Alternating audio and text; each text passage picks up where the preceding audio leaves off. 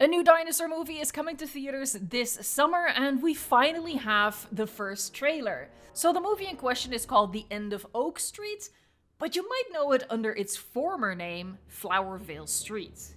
We've known about this movie for a while, we've talked about it when the first news hit. It stars Ewan McGregor and Anne Hathaway, a married couple with kids who find themselves in a dangerous situation involving dinosaurs. That last part was a little bit uncertain at one point, with Ewan McGregor earning troll status by mentioning to reporters that he doesn't know why people think this is a dinosaur movie, when the trailer does confirm it is a dinosaur movie. But I've been waiting to talk about it with a trailer, and, well, we have that now, so let's talk about it. As you can tell, this is unscripted, but let's just get into it. Mom?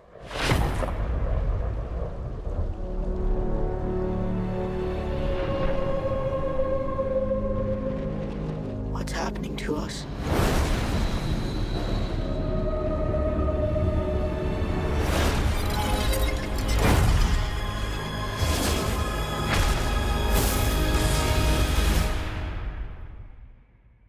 I think our house.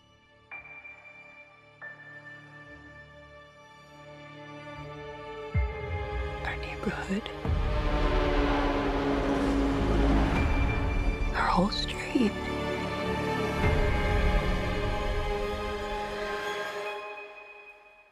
Has moved. How the hell is that even possible?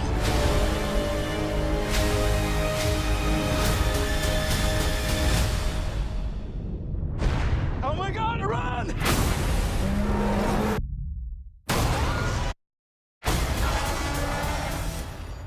Even though, like I said, The End of Oak Street has nothing to do with the Jurassic franchise, I do want to take a moment to point out that Jurassic Park and Jurassic World subsequently have a really unique premise in how dinosaurs and humans have come together with the whole, theme park movie monster angle. That premise is brilliant. And something that any other dinosaur movie struggles with is that it has to be two things in one. It has to be a dinosaur movie, but also either a time travel movie or a space travel movie in order to get humans and dinosaurs together. Because they can't do the theme park thing again. That's been done. That's copyrighted. So, for example, with 65, with Adam Driver, that movie was space travel. And I guess also kind of, well, it went back in time for us, but it's mainly space travel and dinosaurs, or, well, The End of Oak Street, I keep mispronouncing that name. The End of Oak Street is taking the other approach, which is time travel. So the premise of this film is that an entire street gets transported into prehistoric times. So just a chunk of Earth gets, I guess, teleported. I don't know how it works. Gets teleported into prehistory where dinosaurs are still roaming the Earth. I don't know if the movie is going to explain that. I'm not even sure if I want the movie to explain that. Maybe I just want the movie to focus on this little cosmos that is created and not worry itself too much with how to justify something really sci-fi happening to make that happen. I don't know, I might be alone in that. A lot of other people will probably want to have this, explained in depth with science and charts, but I don't know how they're going to achieve that in this film unless someone who lives on Oak Street happens to be some sort of expert scientist who knows all about this and can explain this to us with some, Hollywood science jargon. As it stands, the main characters seem to be just a normal family. Anne Hathaway as the mother, Ewan McGregor as the father, and two children, a son and a daughter. I think the family dynamics are really going to be at the forefront there. The teaser trailer that we have shows very little in terms of dinosaurs in action and really just focuses on the characters, close-ups of them, this kind of mysterious claustrophobic feeling of being trapped in their house, which is no longer where it's supposed to be. I think it's an interesting premise, but it is going to hinge really heavily on those characters and whether we're going to like those characters, relate to those characters, root for those characters, and that remains to be seen. By the way, obviously, we're gonna start seeing more of this movie now with the promo kicking off with this teaser trailer. So if you're interested in hearing me ramble about this, if you're excited about this, then subscribe to the channel. I'm not earning any ad revenue because I want to show you the trailer, so, you know, this whole thing is gonna get copyrighted. But if you would please like the video, subscribe, I'd really appreciate it. And yeah, let's just talk in the comments about what we think this is gonna be like. Okay, so I want to go through this teaser trailer shot by shot and see what we see, look at the one dinosaur that we see, and it opens with this shot in a hallway in the house of the main family, presumably. The time period of the humans, I think, is 70s, 80s. We don't know quite yet what time period of prehistory they're going back to. There's some inconsistencies there. And we'll get to it. But yeah, it opens up with the main location, which is the house. There's, I don't know, some sort of lightning flash, which I'm assuming is the house getting transported back in time. That's the premise. And again, I want to iterate, like every movie has that struggle of having to do either time travel or space travel to make dinosaurs and humans coexist. I quite like this. And the reason for that, and this is gonna sound familiar, I like seeing dinosaurs in a human world. I like seeing them in places that feel familiar to us, where where our brains are programmed to feel safe and secure, and to have that just completely turned upside down. And I think this is an interesting way of achieving that, by just plopping this entire street, this like little slice of civilization into prehistory surrounded by dinosaurs. I think that's an interesting way to achieve that, and keeping that familiar setting that I think makes dinosaurs that much more creepy, because this is something, you know, I can picture myself walking down a hallway like that, and it makes it more scary for me. So we're getting some flashes, like a flash of Oak Street in Happy Days. Let's see. There's also one of Ewan McGregor looking very disturbed by a match. I have no idea what's going on here, obviously, but I'm assuming he's looking at something absolutely terrifying. Let's move on. And then there's another flash of the mom and I think 3 teenagers. I think the 2 are her kids and another kid. And the whole neighborhood is engulfed in this fog. And that also is something that gets me excited, because from, like, you know, a horror movie standpoint, I don't think this is really horror, but you get what I mean. This is a really good setting for some really creepy visuals with a dinosaur just slowly emerging from the fog. So, you know, it's ticking a couple of boxes that get me really excited. All right. We're continuing. We see a dog barking. Let's all keep our fingers crossed that at the end of Oak Street, the dog is gonna be okay. We have another flashback. The son is wielding a bow and arrow. That's really interesting as a weapon. Oh, and that's also something that they've achieved nicely with this premise that they've gone with. Like, they're not gonna have, you know, the military or the police or really any sort of arsenal at their disposal. They're gonna have to rely on whatever weapons they happen to have in Oak Street. So I'm guessing, you know, one of the neighbors is a hobby archer, so they have a bow and arrow, stuff like that. It's an American neighborhood. Odds are someone has a gun. We'll see. I'll be interested to see. But even if someone does, like, ammunition is going to be limited, so yeah, I don't want to keep saying the same thing, but I'm on board with this premise. All right, so here Anne Hathaway is looking absolutely horrified at something, so I'm guessing at this point her kids are in some sort of danger. All right, what do we have here? This is an interesting shot. This is looking really, really sci-fi. That looks like some sort of portal behind them.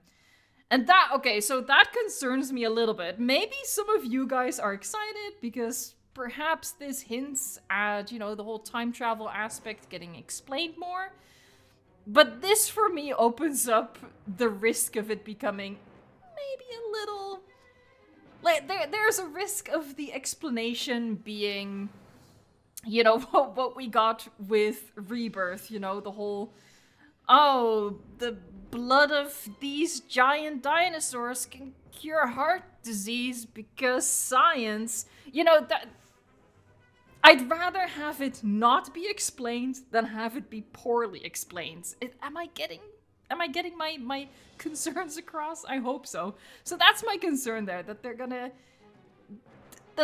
maybe waste too much time on explaining something that I'd rather just leave unsaid, maybe, because this is I don't know, this isn't really selling me. But anyway, let's move on.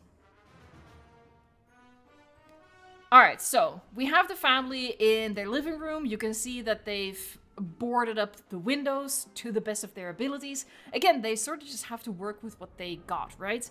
And they're sort of discussing what has happened to them and what has happened to their street. And yeah, coming to terms with that. Oh god, I hope the dog is gonna be okay. There's something going on. Like, there's something going on in the familial relations. I'm sure we'll find out.